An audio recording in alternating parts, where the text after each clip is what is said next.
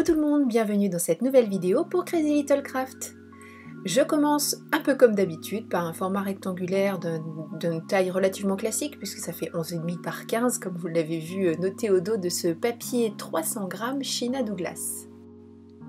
Sur ce papier, je vais utiliser la technique du résiste. Pour ça, je commence par tamponner à la Versamark ce magnifique tampon nuée d'amour. Je passe d'abord mon petit coussin d'embossage pour être sûr de ne pas avoir laissé de traîner avec les doigts déjà et puis éviter tout ce qui est problème électrostatique. Je mets généreusement la Versamark et je n'hésite pas, même après avoir refermé une première fois mon couvercle, à recommencer en fait.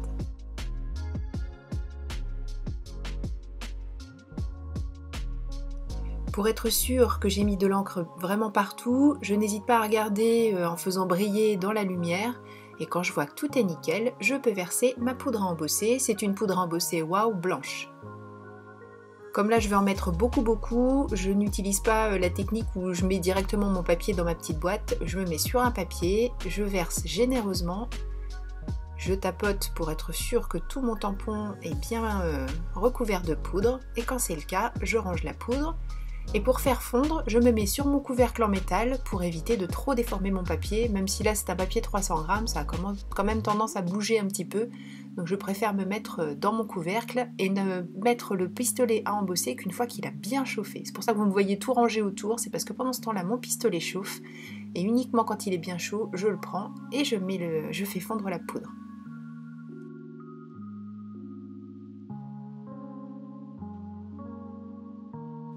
Je réalise un fond avec deux couleurs dans les tons violets de Distress Oxide.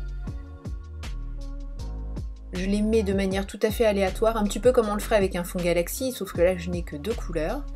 J'essaie de faire en sorte que ces aplats soient relativement soutenus. Je veux quelque chose de très vif en termes de fond.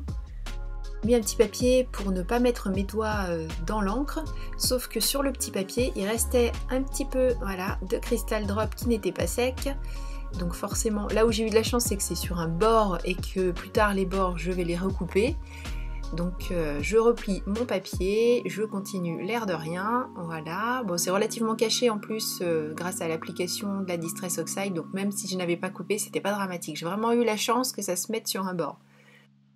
Et je termine mon aplat, j'essaie quand même si je n'ai que deux couleurs, de bien fondre les transitions entre les deux. Et j'essuie, comme je n'utilise qu'une seule mousse pour ces deux couleurs, j'essuie ma petite mousse entre deux passages pour éviter bien sûr de contaminer mes pattes d'encre. Là j'essuie l'embossage pour essayer de le ramener un petit peu au blanc quand même, parce qu'on l'avait un peu perdu sous la Distress Oxide. Et je n'applaudis pas mon travail, je mets juste des petites gouttelettes d'eau pour faire réagir les Distress Oxide. Et ensuite, direction la boîte à patouille, un petit peu d'encre de Chine, de l'eau, et je frotte mon pinceau sur le bloc acrylique pour réaliser les petites gouttelettes noires. Sur ce fond, je vais mettre plein de papillons de la planche envolée de papillons. Je me pose sur du papier Nina Solar White parce que je vais réaliser une mise en couleur au feutre à alcool et donc je vais tamponner tout ça avec la Memento.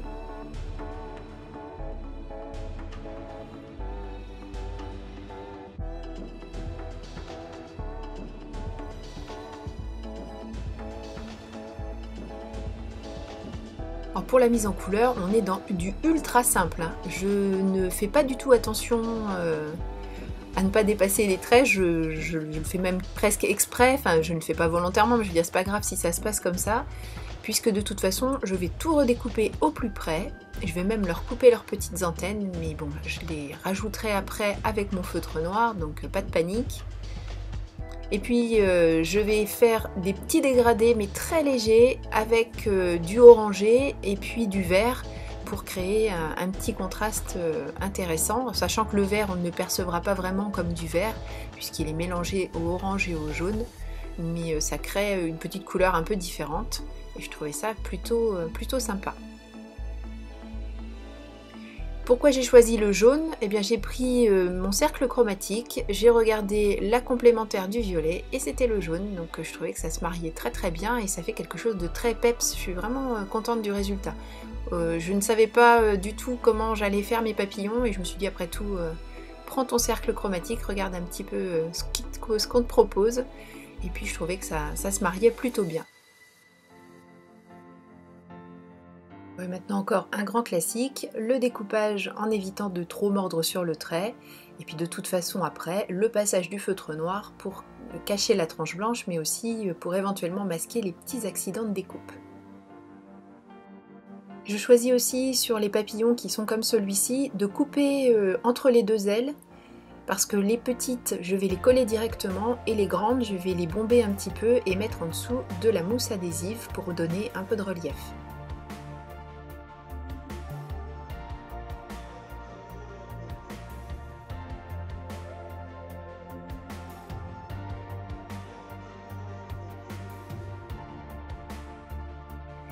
Pour ajouter encore un peu de décor sur ces papillons, je vais utiliser la planche de tampon Dialogue.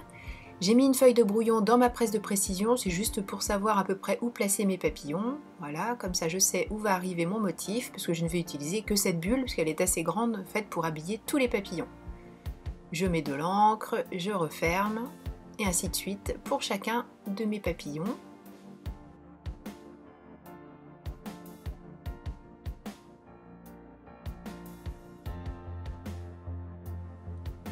Et pour faire leur corps, comme quoi je ne leur en veux pas, j'ai pris mes Crystal Drops noirs et j'en ai mis sur tout le milieu entre les deux ailes.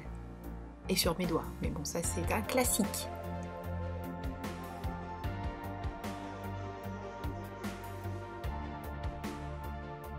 Le sentiment vient lui aussi de la planche envolée de papillons, c'est celui qui dit « Colorer le monde d'un simple battement d'ailes ».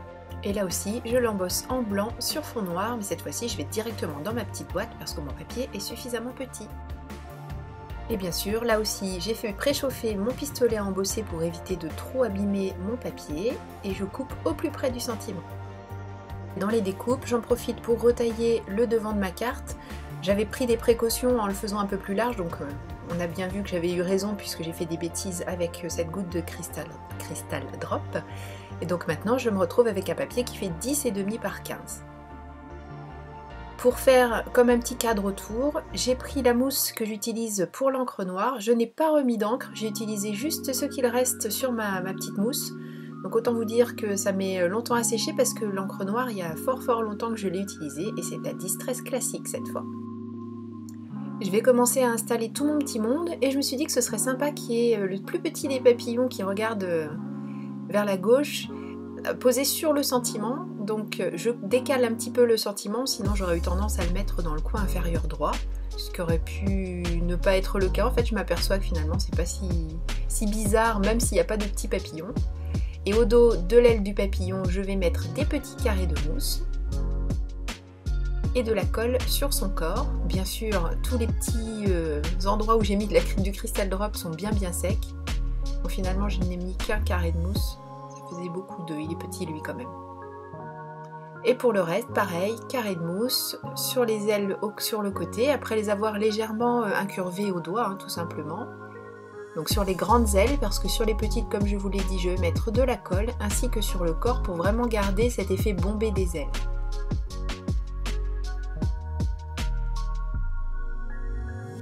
Sauf que là, j'ai oublié d'en mettre sur le corps. Bon, c'est pas très grave, il reste quand même en place, mais après, j'ai essayé d'y penser.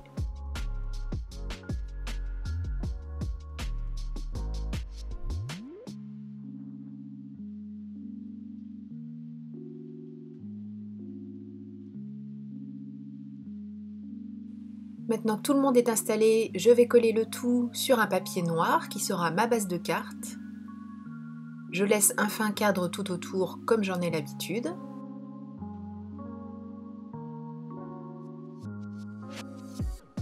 À l'intérieur, je colle le dernier petit papillon. Et il ne me reste plus qu'à refaire les petites antennes de chacun des papillons avec mon feutre noir. Et cette carte est terminée. Merci beaucoup d'avoir suivi cette vidéo. Je vous donne rendez-vous très vite pour une nouvelle vidéo pour Crazy Little Craft. D'ici là, bien sûr, prenez bien soin de vous, créez et surtout partagez avec nous. Gros bisous, bye bye!